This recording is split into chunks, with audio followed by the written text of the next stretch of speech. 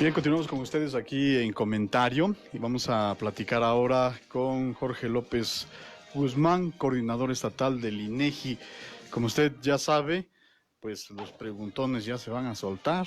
En marzo pues comienza este trabajo que obviamente nos lleva precisamente a conocer pues cómo estamos en el país en muchas cosas, ¿no? Para esto se utiliza una palabra que pues es el censo. A lo mejor usted ha visto por ahí en las puertas de algunas casas calcomanías que nos hablan de algunos años, ¿no? Pero bueno, ahora falta ver esa calcomanía con el año 2020. Pues bienvenido, Jorge, pues platíquenos sobre el censo de población y vivienda 2020, ¿no? A lo mejor hay personas que sí sepan que es un censo, pero también hay nuevas generaciones, hay pues familias recién formadas, hay quienes a lo mejor pues a lo largo de la vida van conociendo pues actividades que a lo mejor a lo largo de su existencia no les ha tocado ver o no tenían la conciencia así bien despierta para saber, ¿no?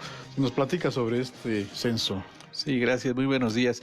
Pues el Censo de Población y Vivienda es un ejercicio estadístico que realiza la mayoría de los países, obviamente México no es la excepción, y tiene como objetivo, como la palabra lo dice, es visitar a todas las viviendas para poder censar a toda la población. Eso es un censo para efectos estadísticos. Todos los habitantes, todas las viviendas se tienen que censar. ¿Y para qué queremos hacer un censo? Pues bueno, requerimos que en el país se tenga una estadística de cuántos habitantes somos, cómo estamos distribuidos en el territorio nacional, es decir, cuántos por entidad federativa, por municipio, por localidad, incluso por manzana. Pero junto con ello necesitamos los datos estadísticos de la población. ¿Qué quiero decir con ello? Necesitamos saber cuántos hombres, cuántas mujeres, cuántos niños, adolescentes, personas de la tercera edad, conocer las características de nuestra escolaridad, el tema de salud, el tema de la discapacidad, en fin, muchos datos que tienen que estar asociados con el tema de la población, pero también, como la palabra lo dice, censo de población, pero también de vivienda. Entonces las viviendas también se censan. Nos interesa conocer cuántas viviendas también hay en nuestro país y las características de esas viviendas, número de cuartos, si las viviendas disponen con servicios de luz, agua, electricidad, si cuentan ahora con internet, que es muy en boga el tema del internet, en fin, todas las características para tener una información muy clara de cuántos habitantes somos y cómo vivimos. ¿Qué utilidad tiene este censo 2020? ¿Para qué sirve? Para que la población pueda tener claridad y pueda colaborar en la respuesta al cuestionario o encuesta que los jóvenes del INEGI están levantando. Sí, la utilidad es mucha, en muchos aspectos. Yo he comentado que a veces simplemente cuando nuestros hijos les piden en la escuela que, a ver papá, la investigación de cuántos habitantes hay en el país, en el estado, desde ahí hay una utilidad para efectos a veces de tareas escolares, de investigación. Pero también esos datos estadísticos sirven porque recordemos que a veces cuando tenemos que hacer alguna gestión en nuestro municipio, en nuestra localidad, en nuestra colonia, con nuestros vecinos, que queremos que nos pavimenten la calle, que nos metan el agua, el drenaje, siempre se hace un proyecto y ahí siempre la pregunta es ¿y a cuánta población vamos a beneficiar? Y esos datos ¿de dónde se obtienen? Pues del censo de población. Pero los estados, los municipios, pues también desarrollan política pública, es decir, desarrollo de infraestructura educativa, escuelas, como acabo de señalar, meter energía eléctrica, drenaje, todo ese tipo de acciones, pues el gobierno requiere tener datos estadísticos para poder hacer acciones que favorezcan a la población. El censo es una fotografía de cómo estamos actualmente en el país. Que esto implica que el gobierno tenga el conocimiento de cuántos recursos van a utilizar para las políticas públicas. Pues sí, porque de algún modo al tener, insisto, los datos estadísticos muy claros, pues eso sirve para que un país pueda planear su desarrollo en muchos aspectos y el impacto que puede tener sobre la población. Muy bien. Bueno, dentro de todo esto, ¿cómo se va a conseguir esa información? ¿Cómo el INEGI va a llegar a todos esos datos? Vamos a estar visitando a todas las viviendas a partir del próximo día 2 de marzo y para ello traemos dos tipos de cuestionarios. Un cuestionario que le llamamos básico, que trae 30 preguntas, y un ampliado que son cerca de 100 preguntas. Obviamente el tiempo de la entrevista varía. En el básico estamos hablando de 20 minutos y en el ampliado alrededor de 40. y es a través de esta entrevista directa en donde vamos a visitar en las viviendas y vamos a preguntar por el jefe o jefa de la familia o una persona que tenga más de 18 años y que conozca las características de los que viven ahí, son los que vamos a estar pidiéndoles que ellos nos den la información de los habitantes. En relación a los cuestionarios, ¿de qué tipo van a ser o cómo los van a distinguir? ¿Uno va a ser para la población en específico y otro para asentar los datos de la vivienda? No, es un solo cuestionario que tanto abarca el tema de población como vivienda. Yo decía que el cuestionario se diferencia en que son básicos y ampliados. El básico se aplica para todas las viviendas, pero en algunos municipios, sobre todo en particular, se va a censar también con el cuestionario ampliado, es decir, más información.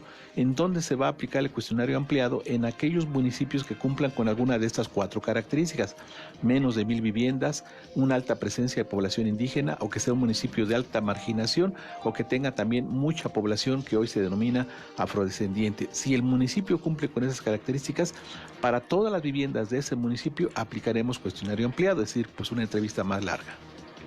Bueno, como parte de todo esto, ¿por qué hacer 2 cuestionarios? ¿Pretenden sacar más información de los diferentes núcleos de población que hay, o por qué se hace este trabajo de esa manera? Ese distingo de tener 2 cuestionarios es justamente porque efectivamente el país requiere tener más datos estadísticos. Ideal sería que el censo se hiciese con todo el cuestionario ampliado en todo el país, pero nos saldría muy caro. Entonces, por eso se establece prioridades. Y si tú reflejas las prioridades que están dando en aquellos municipios en donde tiene, por así algo, mayor carencia por la población indígena, por la pobreza, y entonces ahí lo que le oferta el INEGI es: te entrego a ti, municipio, una base de datos mucho más sólida, con mucho más datos, para que tú los puedas utilizar para tus políticas de desarrollo. Digamos, esa es la intención de por qué se diferencia entre un cuestionario básico y ampliado para aplicarse.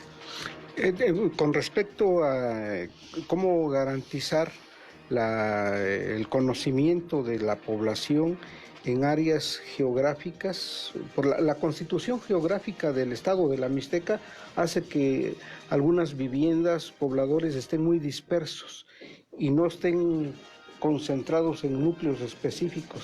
Allí, ¿cómo se garantizará obtener esa información? Bueno, nosotros como INEGI hicimos una actualización cartográfica el año pasado. Recorrimos todo el estado y con eso fuimos ubicando a esos asentamientos humanos, que puede ser una sola vivienda ahí solitos, pues lo tenemos ubicados en nuestra cartografía.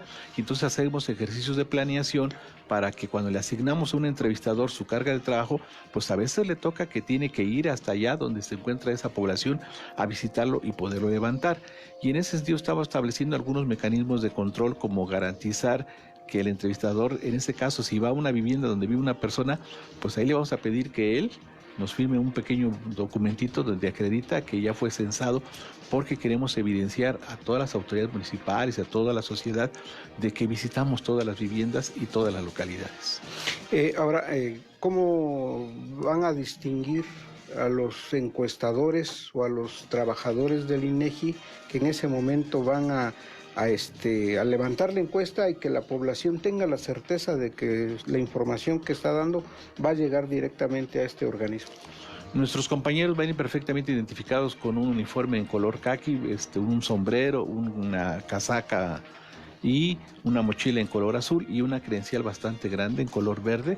Aquí en el estudio sí la podrán ver, ahí a mi compañera, podrán ver la credencial que acredita que es el entrevistador del INEGI. Pueden ver ahí también, si lo siguen por Face, la entrevista, podrán ver que esta es la credencial que acredita al entrevistador y tiene un número telefónico. Tanto la credencial como el chaleco de los entrevistadores trae un número telefónico que es el 800-111-4634. Ese es el teléfono que ponemos a disposición de la población para que, si tienen alguna inquietud de que la persona que está tocando es personal o no de INEGI, marcan ese número telefónico. La telefonista le va a pedir que le dé el número de la credencial y el nombre de la persona y podrá ratificar que la persona que está es personal de INEGI. Ahora, ¿qué personas deben de proporcionar la información? Vamos a llegar a las viviendas y vamos a preguntar por el jefe o jefa de la familia, a una persona que tenga más de 18 años y que conozca los datos de los habitantes. Bien, con que tenga más de 18 años, nada más que sea pero vamos a suponer que en algún caso no esté ni el papá ni la mamá o los jefes de familia, pero a lo mejor hay una persona que auxilie en las tareas de la casa.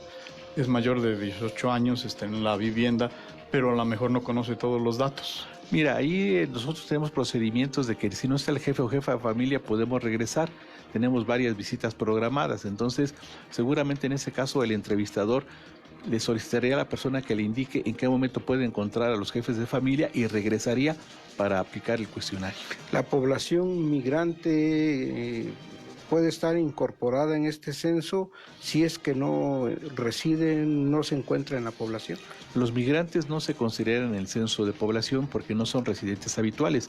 Para considerarse residente habitual, tú debes de dormir y comer comúnmente en esa vivienda. Entonces, cuando nos dicen es que mi hijo está estudiando en Puebla o en Oaxaca, pues no es residente habitual, entonces no quedaría censado acá, sino seguramente en donde está viviendo. Se le tomarían los datos en el lugar de residencia. Entonces. Así es. Bueno, para esto me imagino que como en cada censo pues van cambiando tal vez algunas formas de hacerlo. En cuanto a este censo 2020, ¿qué tendrá de particular? Por ejemplo, generalmente los censadores antes llegaban con una enorme, pues con una tablita ahí donde traían su cuestionario y un montón de formularios, y iban ahí poniéndole palomita o tache según fuera el caso, o a lo mejor en algunos casos escribiendo. En este caso, ¿cómo se va a realizar? Bueno, yo creo que la gran innovación tecnológica que tiene el censo es que los muchachos van a llevar una especie de celular. Nosotros le llamamos dispositivo móvil, en donde viene el cuestionario en forma electrónica. Entonces ya no vas a ver tú el cuestionario en papel. Tú vas a ver prácticamente a un muchacho con un dispositivo móvil y ahí viene el cuestionario. Y cuando termina la entrevista, él tiene conectividad a través de Wi-Fi a Internet, envía en automático la información. Entonces en ese momento se termina la entrevista y ese cuestionario se envía por Internet, la información, a una base de datos que tenemos en la ciudad de Aguascalientes, que es la sede del instituto, y con eso se integra la información y desaparece automáticamente el dispositivo. Bueno, eso en los lugares donde hay conectividad, donde hay internet, pero en las zonas rurales donde todavía no hay esta tecnología. Se guarda la información en el dispositivo y en el momento en el cual el muchacho ya tiene conectividad a internet, envía la información. Entonces dice usted que una vez que se envía el cuestionario que se rellenó, desaparece del dispositivo. Del dispositivo. Ya no hay información ahí. Eso garantiza la seguridad de que alguien puede decir, oiga, es que si ese celular se perdió, ese dispositivo, alguien se lo robó, van a abrir mis datos. No se puede abrir los datos, aun cuando los tuviera, la información está encriptada y nadie puede abrir la información. Muy bien. Pues entonces, otra situación, los lugares donde hay conflicto, afortunadamente yo creo que en el área a lo mejor en la que se va a trabajar aquí en la Mixteca no hay tanto problema. Hay pues algunos lugares como por ejemplo Cimatlán y Nopalera que tienen conflicto y si agentes extraños es difícil que entren. ¿Hay algún lugar donde Mixtepec y Santo Domingo, Yosoñama? ¿Hay algún lugar donde ustedes tengan dificultades para entrar o hayan localizado alguna situación que inhiba el trabajo de este censo? Por fortuna, fíjate que estamos trabajando mucho con las autoridades municipales para justamente ellos nos ayuden a ese tipo de situaciones. Entonces, cuando hay a veces conflictos, pues nosotros les explicamos a la población que nosotros somos ajenos al mismo, que es una tarea estadística que les sirve a ellos y afortunadamente la población nos está brindando los apoyos. Entonces, no tenemos en este momento algún problema de foco rojo en la región de la Mixteca. Por ejemplo, yo que he comentado que para la región Triqui ya se habló con las organizaciones que tienen que ver con Multivisor, ya se les explicó, se les presentó el proyecto y nos brindaron todo el apoyo para entrar a esas localidades. Por lo tanto, en este momento no estamos percibiendo un asunto de foco rojo en la región de la Mixteca. En otras partes del estado sí tenemos algunas situaciones donde tendremos que establecer mecanismos de seguridad para el personal, pero en la región de la Mixteca todo bien. Pero eso es en cuanto a conflictos sociales, pero en cuanto a comunidades, no quiero estigmatizarlas, pero que hay problemas de narcotráfico o son zonas de sembradíos de estupefacientes, ¿cómo le van a hacer para entrar allá en esas zonas? ¿Sí las tienen detectadas? Entonces, previamente los supervisores, ya que son los jefes de los administradores, ya empezaron a hacer unos recorridos previos. Te digo, no hemos detectado una situación particular donde la población esté inhibiendo poder llegar hasta este momento y tampoco por ese tipo de factores que alguien nos ha dicho, aquí no, tú no entras. No hemos tenido todavía esas situaciones. Obviamente, pues bueno, tendremos también que esperar al censo para recorrer todo y puede ser que en el momento surgiera algo. Pero en este momento, con lo que te hemos recorrido, no estamos detectando problema alguno. Bueno, pues, coordinador, ¿algo más que quiere usted agregar o comentar que se nos haya pasado en esta plática? Nada más dos cositas que sí quisiera clarificar. La etiqueta que vamos a pegar en las viviendas no es un sinónimo de que la vivienda haya sido censada. Es un control ahora que llevamos y entonces puede ser que la población salga a trabajar y regrese en la tarde-noche y vea la etiqueta y digan, ya pasaron del INEGI, me están censando y yo no di la información. Insisto, no es sinónimo de eso. Es que ya llegamos a la vivienda y seguramente regresaremos en otra ocasión a levantar el dato. La etiqueta sirve para que el entrevistador y los jefes de los entrevistadores vayan ubicando el recorrido que va haciendo y las viviendas que ya se están empezando a visitar. Eso es lo primero que quisiese clarificar. Y lo segundo, también el INEGI tiene un mecanismo de control de calidad del censo y hay una estructura que va a pasar 15 días después de haber iniciado el censo a visitar algunas viviendas, no todas, para verificar algunos datos del censo. Eso le llamamos nosotros verificación.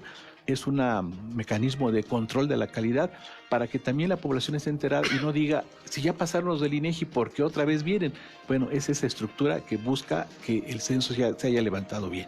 O sea, como ver si de veras pasó el encuestador. Así es. O sea, que nada más haya pegado la calcomanía y ahí nos vemos, ¿no? Así es. Y después de esa que usted nos dice, ¿va a haber otra o esa es la que se va a quedar? Con esa nos vamos a quedar para 10 años. Muy bien. Bueno, pues entonces es parte de lo que se va a realizar. ¿A partir de qué fecha, a qué fecha se va a realizar este censo? Del 2 al 27 de marzo estaremos levantando el censo. Del 2 al 27 de marzo. Así ¿Van es. a tener algún horario en especial? Los muchachos inician prácticamente a partir de las 8 de la mañana a 6, 7 de la noche, pero trabajaremos sábados y domingos porque es todo el periodo para el censo y a veces en algunas ocasiones cuando te digo que no encontramos a la población, pues van a llegar tempranito o muy tarde porque los vecinos le dijeron, a esa persona le encuentra usted a las 9 de la noche, a esa hora estaremos molestando. Dijeras tú preguntando, ¿no? Son casos excepcionales. Sí, así es.